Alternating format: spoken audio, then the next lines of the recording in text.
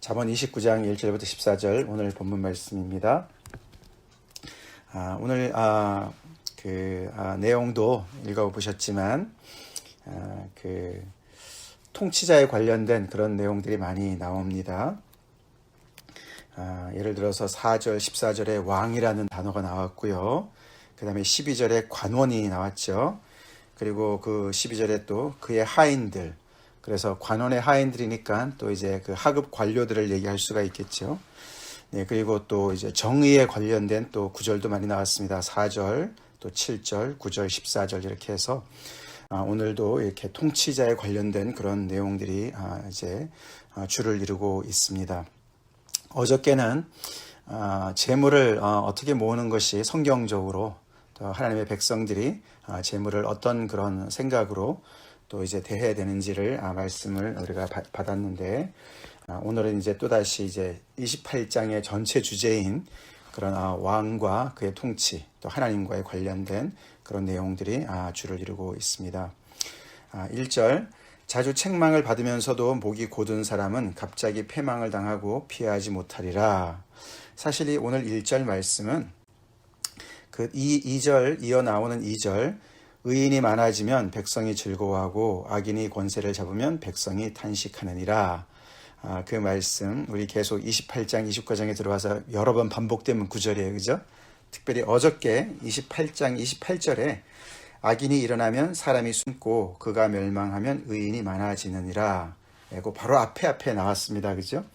그렇게 해서 어저께 28절을 그대로 이어받아서 의인이 많아지느니라, 그가 멸망하면 의인이 많아지느니라, 그거를 그대로 받아서 오늘 2절이 되는 것 같죠. 의인이 많아지면, 그렇게 되면 백성이 즐거워한다. 근데 그것이 또다시 이제 그런 악인이 또 권세를 잡으면 백성이 탄식한다, 이런 식으로 이제 받아서 오늘 이야기가 진행이 됩니다. 그래서 이 1절은 특이하게 그렇게 28장 29장에 어떻게 보면 전체 주제를 이야기하는 의인과 악인의 그런 이야기의 그 사이에 끼어 있습니다. 그죠? 1절이. 그래서 이 1절이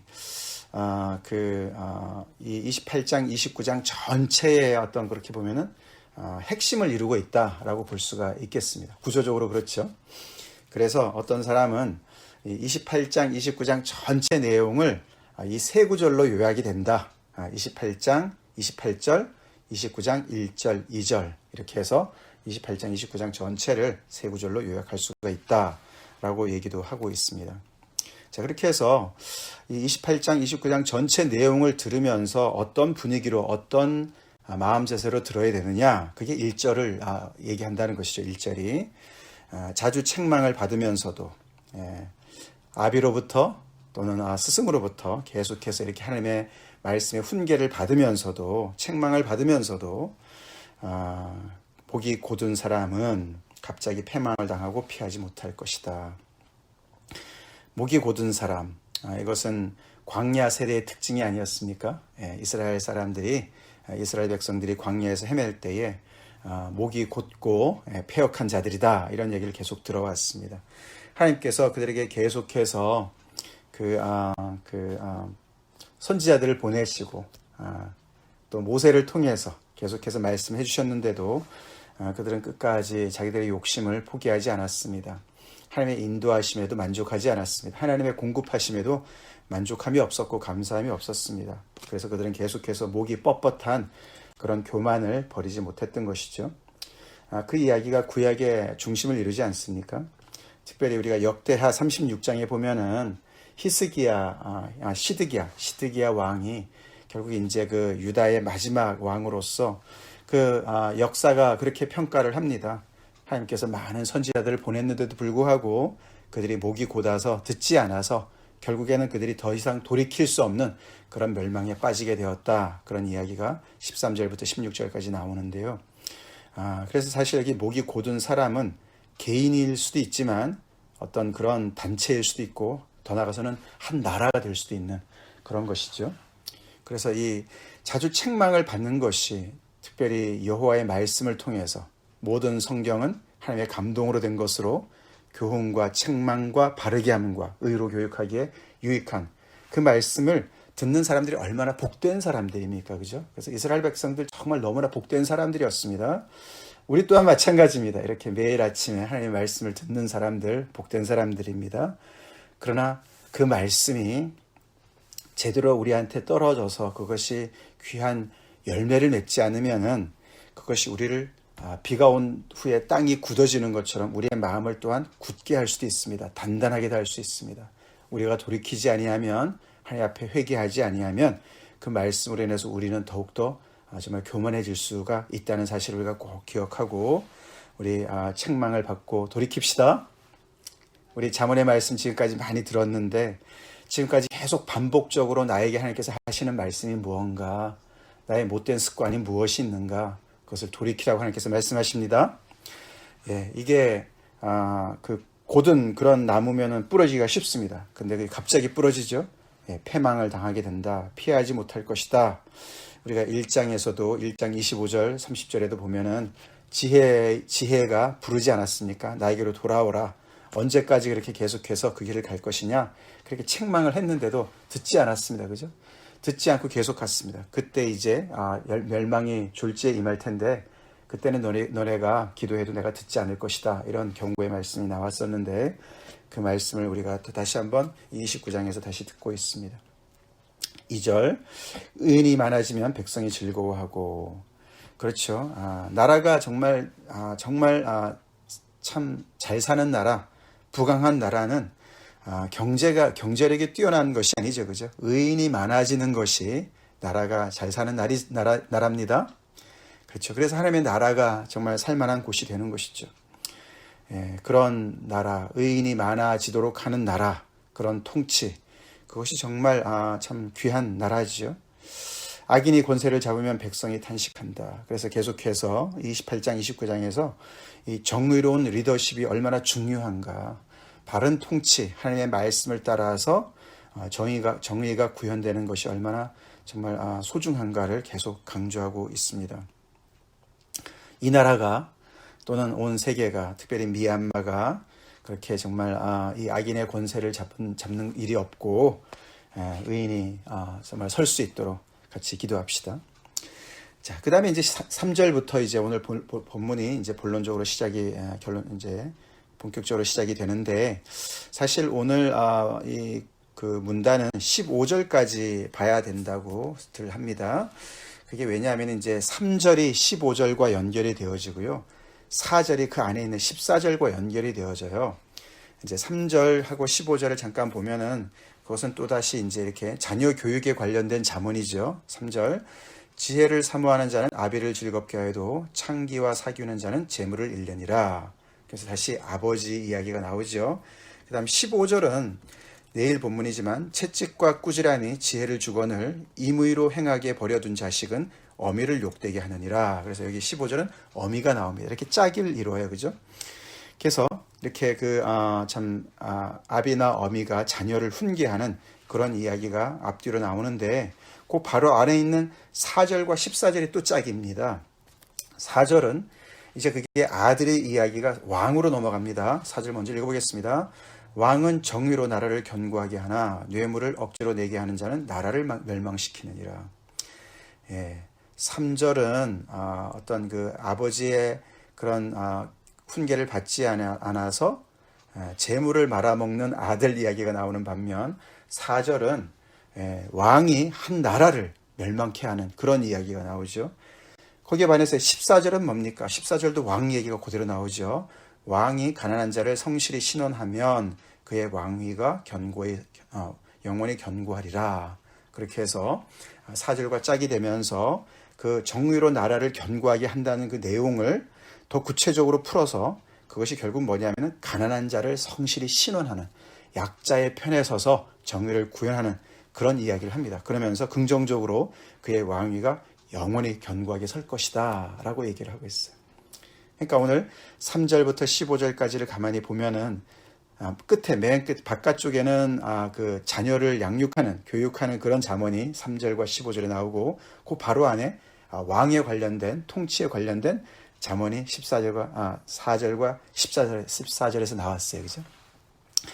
그래서 그 안에 전체 내용이 사실 이런 그 도자기에 쌓여 있는 그런 내용이기 때문에 이 아들 이야기도 결국은 왕과 관련된 이야기예요, 그죠? 그래서 앞으로 왕이 될 아들을 얘기한다라고 볼 수가 있습니다. 왕자라고 볼 수가 있어요.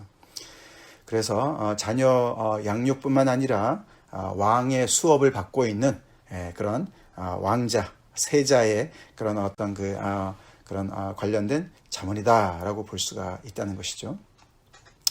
자, 그래서 3절 그런 내용으로 이제 그런 이제 문맥으로 우리가 이제 살펴보겠습니다. 지혜를 사모하는 자는 아비를 즐겁게 하여도 창기와 사귀는 자는 재물을 잃느니라. 네, 여기서 아비의 말을 듣느냐, 창기의 말을 듣느냐 대조를 시키고 있어요, 그죠? 잠언이 지금까지 그렇게 우리가 특별히 1장부터 9장까지 그렇게 나오지 않았었습니까? 지혜의 말을 듣느냐, 아버지의 말을 듣느냐, 즉 지혜 부인의 말을 듣느냐, 아니면은 그를 유혹하는 창기의 말을 들을 것이냐. 그것의 그 결과는 어마어마한 차이를 나타내고 있습니다, 그죠? 결말이 너무나 대조적입니다. 창기와 사귀는 자는 재물만 잃겠습니까? 그의 영혼까지 잃겠죠. 아버지의 모든 유업을 다 말아먹겠죠. 그에 반해서 지혜를 사모하는 자는 아버지를 즐겁게 하는 것이죠. 아버지를 즐겁게 하고 자기 자신도 즐겁고 그렇게 해서 계속해서 정말 그 하나님의 그런 귀한 그 신앙의 전통이 그 집안에 계속 내려가게 하겠죠. 4절 그런 아들이 이제 왕의 수업을 잘 받아서 왕은 정의로 나라를 견고하게 하게 됩니다.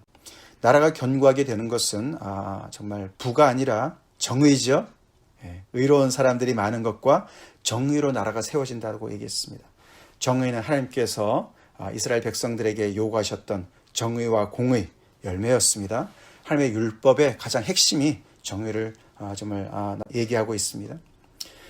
그렇게 해서 견고하게 되지만 반대로 뇌물을 억지로 내게 하는 자는 여러 가지 명목으로 인해서 그것이 뇌물수수든 아니면은 정말 과한 그런 세금을 징수하든 그렇게 하는 자는 나라를 멸망시키게 된다. 그래서 뇌물을 많이 낸 자들을 편애하고 그렇게 해서 점점 더 나라를 분열시키고 그러다 보면 결국은 나라가 그냥 자멸하게 될 것이다. 그렇게 경고하고 있습니다. 정의로운 나라를 세우는 정의로운 사회를 구현하는 그런 지도자가 세워지도록 기도합시다. 자, 5절부터 6절 그 안에 이제 내용들이 이제 계속되는데 이웃에게 아첨하는 것은 그의 발 앞에 그물을 치는 것이니라. 그래서 이렇게 그 어떤 왕의 스케일의 얘기를 하다가 갑자기 5절에 이제 개인의 이야기를 합니다. 그러면서 이웃에게 아첨하는 것은 그의 발에 그물을 치는 것이니라. 악인이 범죄하는 것은 스스로 올무가 되게 하는 것이나 의인은 노래하고 기뻐하느니라. 그래서 아까 말씀드린 그런 전체적인 문맥 속에서 봤을 때 여기 아첨하는 말 그리고 이제 5절에 그런 얘기 나오지만 저 뒤에 12절에 보면은 관원이 거짓말을 들으면 이런 얘기가 또 나와요. 그래서 이 아첨하는 말, 거짓말 이런 것들이 그냥 어떤 우리 일상사에서 개개인들끼리 이야기하는 어떤 그런 이야기라기보다도 이 왕의 통치 속에서 일어나는 그래서 특별히 이제 그 시시비비를 가려야 되는 어떤 법정 속에서 일어나는 그런 어떤 그 다툼이다라고 볼 수가 있습니다. 그래서 이 아첨하는 말, 그런 아첨하는 말이 또는 거짓말이 얼마나 그 정의를 굽게 합니까? 이제 그런 이야기로 볼 수가 있습니다. 자, 이웃에게 아첨하는 것이 그의 발 앞에 그물을 치는 것이다. 그의 발이 누구의 발인가? 이게 아첨하는 사람의 말인가? 아첨하는 말을 듣는 사람의 발인가? 일단은 상대방이겠죠. 이웃에게 아첨하는 이유는 그 이웃을 그 아첨하는 거짓말로 뭔가 이제 자기의 어떤 원하는 걸 얻으려고 하는 것이죠. 그래서 그 그물에 그 이웃이 걸리도록 하는 것입니다. 그렇지만은 6절과 연결해 볼 때 그 그물 또는 올무지요. 밑에 보면 올무입니다. 그게 다 이제 사냥할 때 필요한 그런 도구 아닙니까? 그런데 악인이 스스로 자기가 친 올무에 걸리게 된다. 이런 얘기가 나와요. 그래서 이웃이 걸리도록 아첨의 그물을 쳤는데 결국에는 자기가 걸리게 된다. 그런 이야기를 하고 있습니다. 지금까지 잠언에 그런 얘기 얼마나 많이 있었습니까? 그죠? 정직하게 행하는 자는 그의 길이 온전하지만 하나님께서 여호와께서 지켜주시지만 결국은 남을 넘어뜨리게 하는 자가 결국은 거기에 자기가 걸려 넘어질 것이다. 이런 말씀들이 많이 나왔습니다. 여기 의인은 노래하고 기뻐하느니라. 그것은 그 올무로부터 그물로부터 벗어나서 자유케 되어서 구원받아서 그렇게 기뻐하는 그런 내용을 담고 있다고 볼 수가 있습니다. 거기 6절에 또다시 악인, 의인 얘기가 나오는데 7절에 또 연결되어서 나오죠. 의인은 가난한 자의 사정을 알아주나 악인은 알아줄 지식이 없느니라. 그래서 의인의 특징이 가난한 자의 사정을 알아주는 그런 사람으로 이야기하고 있습니다. 그러니까 의인이 많아지면 백성이 즐거워하는 것이죠. 우리 예수님의 보혈로 의롭게 된 자들, 그리스도인들 의인으로 삽시다. 예, 세상이 그리스도인들이 많아질수록, 교회가 많아질수록 정말 사람 살 곳이 되도록 하나님께서 그렇게 우리를 부르셨습니다. 우리를 빛과 소금의 역할로 감당하도록 부르신 것을 우리가 정말 꼭 기억해야 되겠습니다. 그 의인의 가장 핵심적인 모습이 뭐냐? 가난한 자의 사정을 알아준다는 것이죠. 여기 사정을 알아준다는 이야기는 그냥 참 딱하다, 그 정도의 동정이 어린 그런 이야기가 아니라 손발을 벗고 들어간다, 나선다, 그런 뜻이에요. 너무너무 정말 거기에 마음을 쓰고 관심을 기울이고 적극적으로 행동에 옮기고 그런 뜻이에요. 앞에 우리가 여러 가지, 예를 들어서 12장 10절이라든가 27장 23절에 우리가 정말 이 지혜로운 자는 그 가축도 돌보는 그런 긍휼히 여기는 그런 마음, 그런 구절을 우리가 봤습니다. 그렇죠? 제가 읽어드리겠습니다. 12장 10절에 의인은 자기의 가축의 생명을 돌보나 악인의 긍휼은 잔인이니라. 그런 말씀이 나왔어요. 우리가 27장 23절에 내 양떼의 형편을 부지런히 살피며 내 소떼에게 마음을 두라. 이게 이제 사정을 살핀다는 뜻이에요. 사정을 알아준다는 뜻입니다. 우리보다 더 약하고 힘든 가난한 자들의 사정을 살피는 사람들 됩시다. 사회 정의에 관심을 가져야 돼요. 크리스천들은 사회 정의에 관심을 가져야 됩니다. 다른 사람들의 입장에, 형편에 관심을 가져야 됩니다. 특별히 힘들어하는, 부르짖는 사람들의 관심을 가져야 됩니다. 그러나 악인은 알아줄 지식이 없느니라. 왜요? 그렇죠. 무관심 때문에 무지합니다. 무식합니다. 지식이 없습니다. 그래서 어떻게 얼마나 힘든지, 얼마나 정말 어려운지 전혀 관심이 없어요. 자기의 욕심에 꽂혀 있으니까, 자기의 어떤 그런 살 길만을 찾으니까 그렇게 살 수밖에 없다라고 이야기를 합니다. 자, 8절. 자, 그래서 우리가 위에까지는 가만히 보면은 결국은 정의로운 그런 정의를 구현하게 되면은 그 사람이나 나라는 견고하게 서고, 그리고 기뻐함을 얻게 되는 그런 모습을 보게 되는 것이죠. 자, 그 밑으로부터는 이제 8절. 거만한 자는 성읍을 요란하게 하여도 슬기로운 자는 그 노를 그치게 하느니라. 그러면서 거기에 이제 요란한 얘기랑 또 다툼의 이야기가 나오기 시작합니다. 이제 9절 다툼의 얘기가 나오는데, 이제 여기는 이제 불안한 것과 안정된 것을 비교합니다. 자, 8절. 거만한 자는 성읍을 요란하게 하여도 슬기로운 자는 그 노를 그치게 한다. 이제 성 전체를 그냥 아주 그냥 벌집 쑤셔 놓듯이 요란하게 만드는 사람들이 거만한 자다. 이 거만한 자는 이렇게 참소하는 자, 아니면은 조롱하는 자, 그런 뜻입니다. 그래서 정말 이 거만한 자들만 많이 있으면은 정말 불안한 사회가 되는 거예요. 반대로 슬기로운 자가 있으면, 지혜로운 자가 있으면은 그런 노를 그치게 한다. 여기서 이제 그 거만한 자가 성읍을 어떻게 요란하게 하냐면은 뭔가 이제 그 사회에 문제가 생긴 거예요. 우리가 지난번 이 미국의 대선 때문에 얼마나 시끄러웠습니까? 그래서 그것 때문에 얼마나 많은 그런 소동이 있었습니까? 여기 거만한 자는 어떤 사람인가 하면은 선동을 하는 자예요. 무리를 선동하는 자예요. 여러 가지 그 어떤 잘못이 있지만서도 그것을 가지고 뭐 뻥튀기를 하든지 아니면 왜곡을 하든지 그것을 통해서 뭔가 엄청나게 그렇게 아주 그냥 조롱을 하는 겁니다. 그렇게 해서 전체 그 무리들을, 백성들을 아주 그냥 선동을 해서 뭔가 자기가 원하는 어떤 그런 것으로 이제 끌고 나가는 그런 사람들이거든요.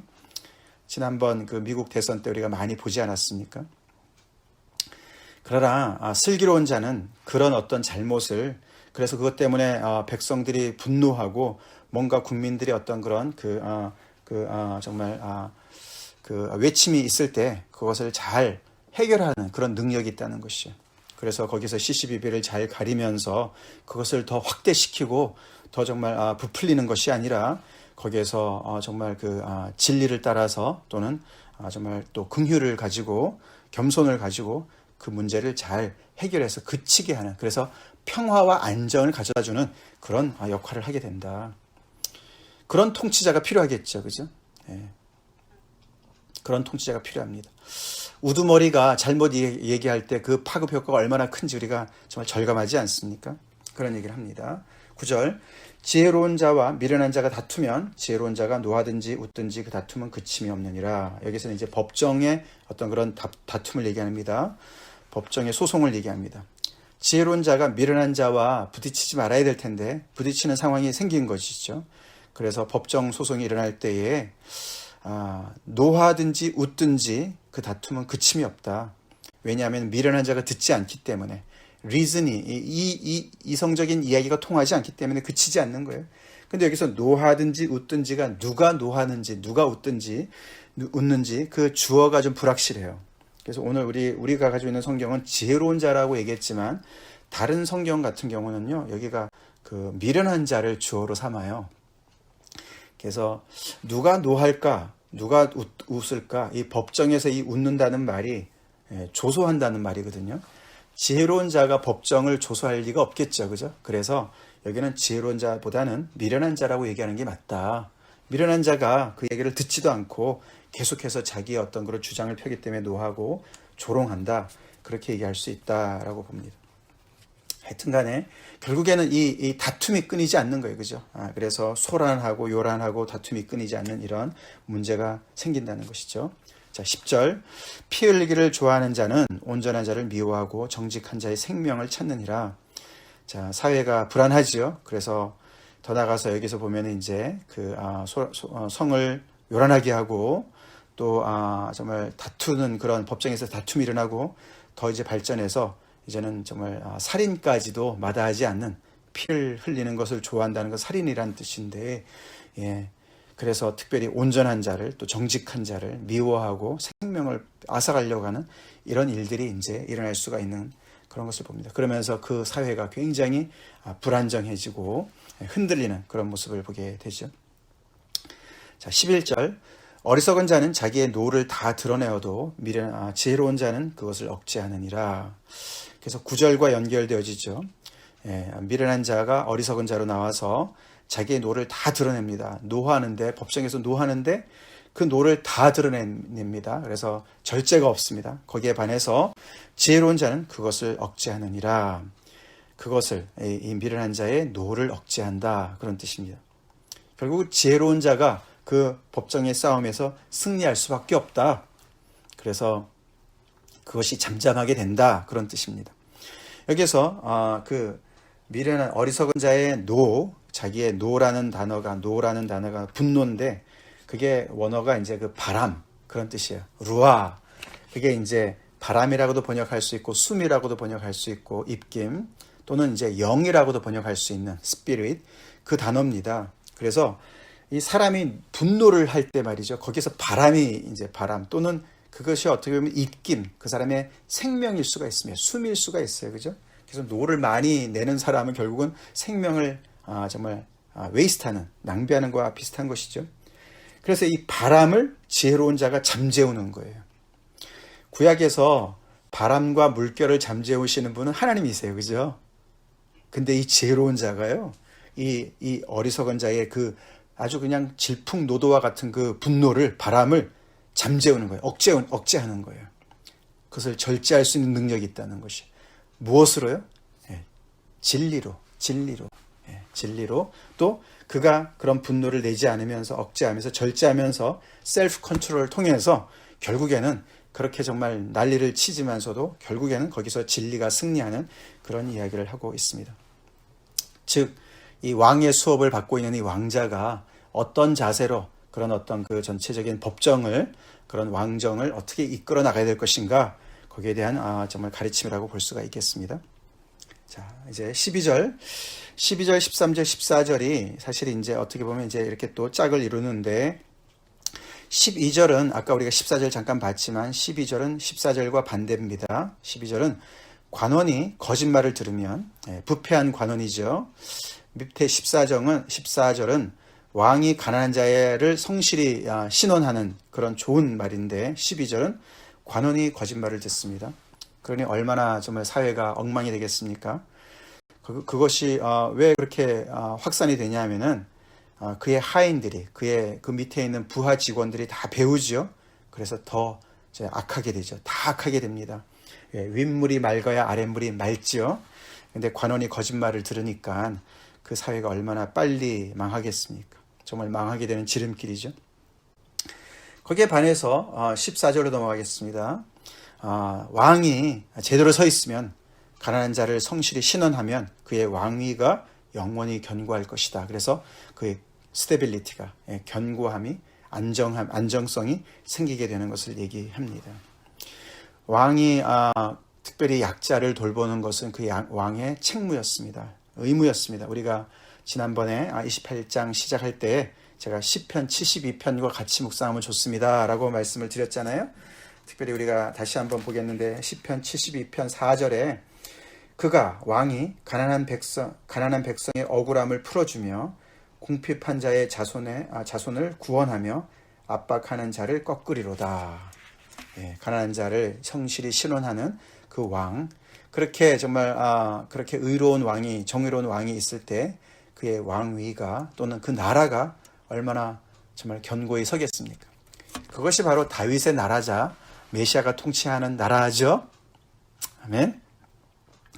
자, 근데 이렇게 12절과 14절에 통치자의 어떤 그런 이야기의 극단을 보여주는데, 그 사이에 끼어있는 구절이 13절입니다.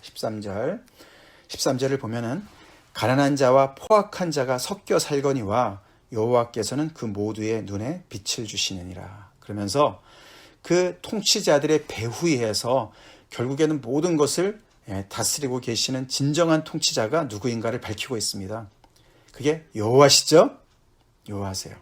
그렇기 때문에 왕도 또 관원도 정말 두렵고 떨림으로 하나님께서 맡겨주신 그 직무를 잘 감당해야 된다는 것을 시사하고 있는 것이에요. 그러면서 가난한 자와 포악한 자가 섞여 살거니와, 한쪽은 압박을 하는 자고 압제하는 자고 한쪽은 압제를 당하는 자죠. 가난한 자는 당하는 자고 포악한 자는 압제하는 자입니다. 사실 이 구절이 22장 22절에서 한번 나왔습니다. 그죠? 22장 2절에서 거기는 가난한 자와 부한 자가 함께 살거니와 그 모두를 지으시는 여호와시니라 이렇게 얘기했어요.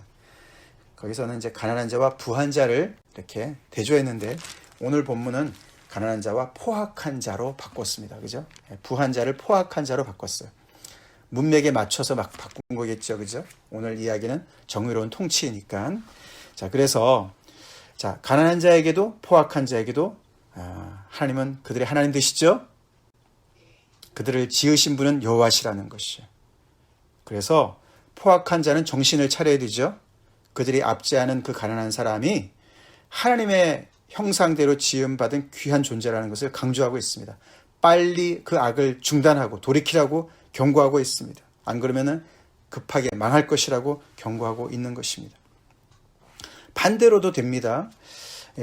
지금 압제를 당하고 있는 가난한 자 입장에서는 그들을 압박하고 있는 포악한 자라 할지라도 그들조차도 하나님의 형상대로 지음받은 존재라는 것을 잊지 말아야 된다고 얘기하고 있습니다.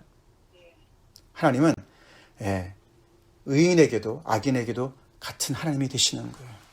그래서 스스로 자기 힘으로 그 원수를 갚으려고 하지 말고 하나님께 맡기라고 얘기하고 있습니다. 그리고 아무리 부패한 그런 권력이라 할지라도 지킬 건 지키라고 얘기하고 있습니다. 아시겠죠? 그렇습니다. 그래서 우리가 정말 이 모든 통치의 배후 속에 여호와께서 결국엔 하나님께서 모든 것을 하나님의 뜻대로 승리하시고 다스리실 것을 우리가 꼭 믿는 믿음으로 서야 되겠습니다. 같이 기도하겠습니다. 하나님 감사합니다. 오늘도 귀한 말씀으로 아버지 오늘 저희들의 또 삶을 비추시네 감사드립니다. 저희들을 아버지 죄인으로부터 정말 아버지 의롭게 살라고 정말 구원하신 하나님 아버지 은혜를 감사드립니다. 아버지 이 땅에 살면서 정말 아버지 예수님의 그 십자가의 보혈로 의롭게 된 자들답게 살게 하여 주시옵소서. 아버지 하나님의 정의를 구현하며 가난한 자를 돌보는 그런 귀한 아버지 정말 아버지 왕업을 이어받은 자들답게 살아가는 저희가 되게 도와주시옵소서. 빛과 소금의 역할을 감당하는 저희가 되게 하여 주시옵소서. 예수님 이름 받들어 간절히 기도 올리옵나이다. 아멘.